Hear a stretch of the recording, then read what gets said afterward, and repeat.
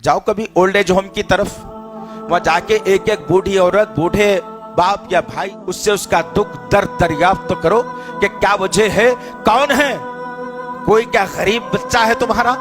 तो वो कहेंगे कि नहीं भाई, कमाने वाले तो जरूर हैं, एक बच्चा हमारा जो है अमेरिका में रहता है, बीवी को शादी कर लिया और यहाँ से लेकर के चला गया। कि जिनको माँ बाप ने अपना खून पसीना दे करके डिग्रियां दिलाई, आज वो औलाद अपनी जिंदगी बीवी और बच्चों में मस्त मगन एसी के कमरों में है। याद रखना, मेरे और आपके आका मोहम्मद सल्लल्लाहु अलैहि वसल्लम ने ऐलान किया और कहा, क्या है लोगों, आज मैं ईशा की नमाज में सूरतुल बकरा पढ़ने वाला हूँ।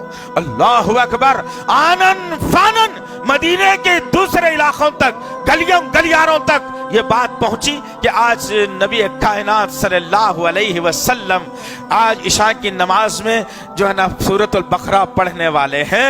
जब ये ऐलान हुआ, लोग चौक दर चौक मस्जिद नबवी का रुख कर लिया। मस्जिद नबवी तंग, बाहर का मैदान तंग, औरतें बच्चे बूढ़े जवान मौजूद। अब अल्लाह के नबी सल्लल्लाहु अलैहि वसल्लम ईशा की नमाज के लिए अकामत हुए, सूरतुल फातिहा खत्म हुआ। जैसे ही सूरह फातिहा खत्म होना, तब अल्लाह के नबी सल्लल्लाहु अलैहि वसल्लम सूरतुल बकरा शुरू करने वाले हैं। पीछे से एक मासूम बच्चे के रोने की आवाज आई। बच्चा रो रहा है। अल्लाह के नबी सल्लल्लाहु अलैहि वसल्लम ने उस बच्चे के रोने को और माँ के दर्द को देखते हुए इन्ना आतैना कल कौसर पर नमाज खत्म कर दी। साहबा किराम नमाज के बाद पूछे, या रसूलल्लाह, आपने तो कहा सूरतुल बकरा सुनाएंगे, लेकिन इन्ना आतैना पर खत्म। अल्लाह के नबी सल्लल्लाहु अलैहि वसल्लम ने कहा, तुम क्या जानते हो एक माँ के दर्द को, तुम्हारे नबी से पूछना। जिसकी माँ 6 साल की उम्र में निहत्ता यतीम बनाकर चले गई। हर माँ को देखता हूं तो मेरी माँ का चेहरा नजर आता है। मैं दिल तड़प गया, बच्चा जब रो लिया। मैंने सोचा कि उस माँ के दिल को तकलीफ हो गई। सूरतुल बकरा तो बड़ा 2-2.5 घंटे का हो जाता है। मैंने सोचा माँ के दिल को तकलीफ ना हो, इसलिए मैंने इतना आतना पर जो है ना सूरत को खत्म कर दिया। मेरे नबी के पास तो ये अहमियत थी माँ बाप की।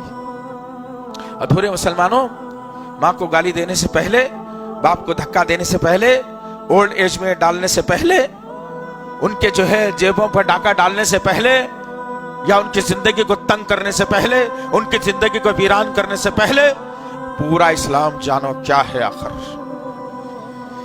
जाओ कभी एहसास पैदा करो, एक मुसलमान को तकलीफ हो तो पूरे मुसलमानों तकलीफ में शामिल होना चाहिए। जिस तरीके से एक उंगली को अगर जख्म हो तो पूरा जिस्म बुखार में मुब्तला होता है। जाओ कभी ओल्ड एज होम की तरफ, जाओ जी, कभी ओल्ड एज होम में जाओ। करीब करीब में बहुत खुल गए आजकल। वहां जाके एक एक बूढ़ी औरत, बूढ़े बाप या भाई, इस्लामी जो हमारा है, उससे उसका दुख दर्द दरियाफ्त तो करो कि क्या वजह है, कौन है, कोई क्या गरीब बच्चा है तुम्हारा, कमाने वाला नहीं है तुम्हारे पास? तो वो कहेंगे कि नहीं भाई, कमाने वाले तो जरूर हैं, एक बच्चा हमारा जो है अमेरिका में रहता है, बीवी को शादी कर लिया और यहाँ से लेकर के चला गया। कुछ बेटियां हैं, कोई सऊदी में है, कोई दुबई में है।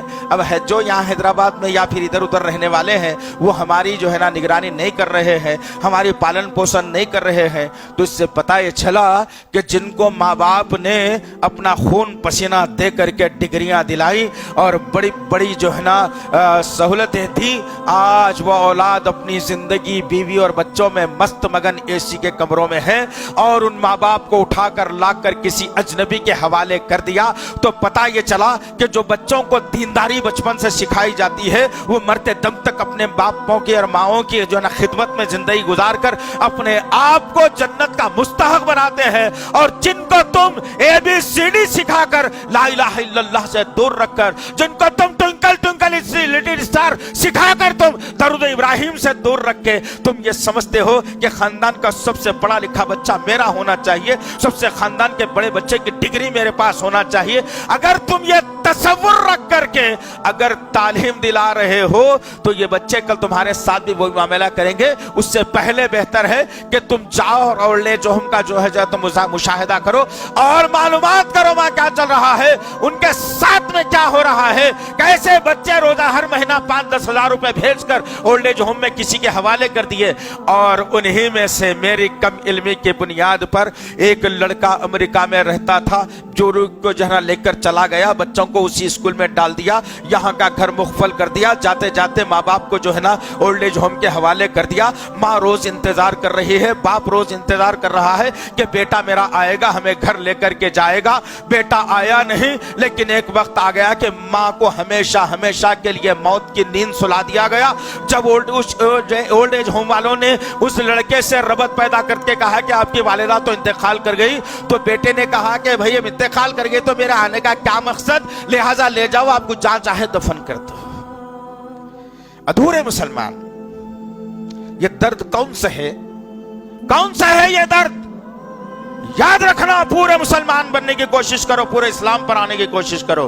एक वो वक्त था, आज मां मर गई, बेटा आने के लिए तैयार नहीं, इसलिए कि उसे दरूद इब्राहिम की अहमियत नहीं मालूम, उसे ला इलाहा इल्लल्लाह का तकाज़े नहीं मालूम, उसे रसूलुल्लाह की जिंदगी नहीं मालूम, उसे कुरान का पैगाम नहीं मालूम। उसे तो तुमने बड़े इंग्लिश स्कूल में पढ़ा दिया, अमेरिका को भेज दिया, कुछ पैसे भेजता रहा, जिंदगी गुजरती रही। जब तुम्हारे आजाद जवाब दे दिए, तुम काम करने के काबिल नहीं रहे, तो ओल्ड एज होम का तुमको जो है ना मुकद्दर तुम्हारा बना दिया गया।